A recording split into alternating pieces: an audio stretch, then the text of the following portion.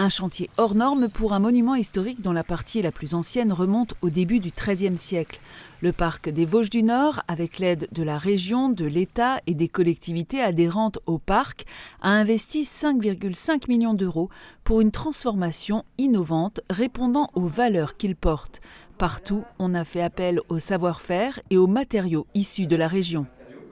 Le parc des Vosges Nord est particulièrement engagé dans la question de la rénovation du bâti ancien en utilisant des matériaux biosourcés et nous avons aussi voulu prouver qu'il était possible de mettre en œuvre ces matériaux ici.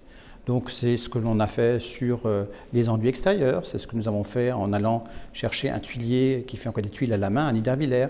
C'est la raison pour laquelle on a mis des tavaillons sur les joues des lucarnes en châtaignier avec une entreprise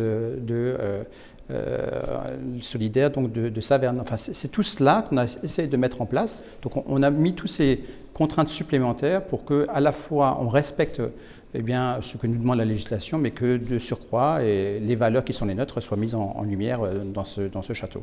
Un chantier exemplaire jusque dans le mobilier, imaginé par une équipe de jeunes designers qui ont mis en œuvre le hêtre des forêts des Vosges du Nord.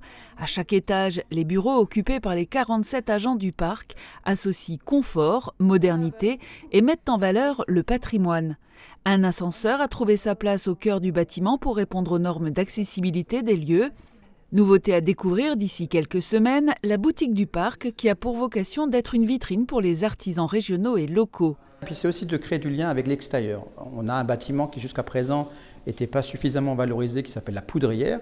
Et ce bâtiment-là a lui aussi été réaménagé, réhabilité, de façon à ce qu'il puisse servir peut-être demain pour une association ou de buvette ou un espèce de lieu de convivialité.